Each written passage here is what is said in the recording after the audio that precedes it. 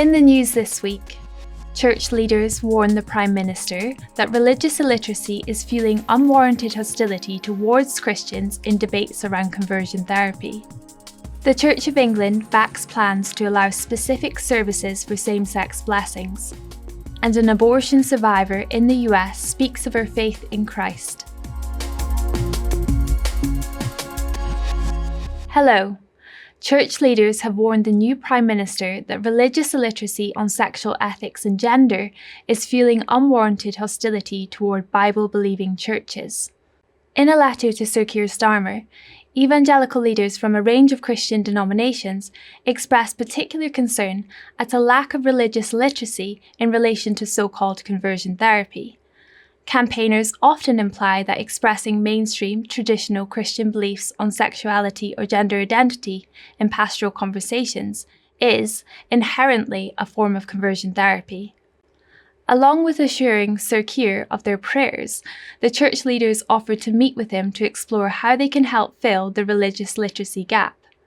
Reverend Dr. Matthew Roberts, one of the signatories, said he hopes the government will recognise the vital contribution of Christians to Britain and will not accidentally, perhaps, legislate against them.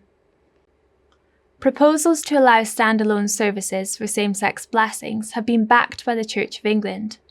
The decision, by the Church's National Assembly, its General Synod, means it will soon be possible for churches to devote whole services to blessing same-sex couples. A trial of the services is expected to begin next year. Reverend Dr. Ian Paul, a member of General Synod and the Archbishop's Council, accused some bishops of abandoning church doctrine. He said they seemed determined to force through services for same-sex blessings, no matter what the consequences, and were out of touch with what many in the church believe. This change is not something on which many of us can simply agree to disagree. The Church of England Evangelical Council expressed deep disappointment at the decision and has already taken steps to create a new province within the Anglican Communion with pastoral oversight from bishops who remain faithful to orthodox teaching on marriage and sexual ethics. The Scottish Government has been advised to formally ban puberty blockers for gender-confused children. The Chief Medical Officer's team of senior clinicians agreed that many of the Cass Review's recommendations for children's services in England should also be adopted in Scotland. Glasgow's Sandyford Clinic no longer prescribes puberty blockers or cross-sex hormones to newly referred children, but existing patients can still receive the drugs. The medics warned that due to inadequate clinical evidence for the use of puberty-suppressing hormones, continuing to prescribe the drugs could lead to harm and regret. And they emphasised that children should also have a multidimensional assessment to ensure other concerns, such as mental conditions or trauma, are not overlooked. Scottish Health Secretary Neil Gray said the government would respond to the recommendations after Holyrood's summer recess. And finally, an American woman left seriously disabled because of a failed abortion has spoken of her faith in Christ. Hope survived an abortion at 10 weeks, but was left with life-changing injuries to her head.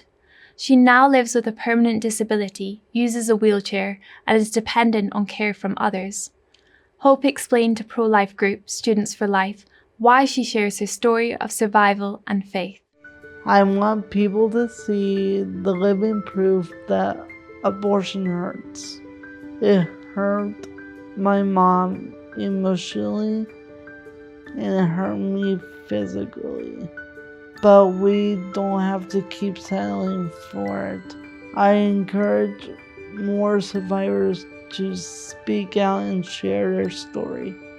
God had a plan for my life and He has always provided for me. I have a joy in my heart that no one can take away.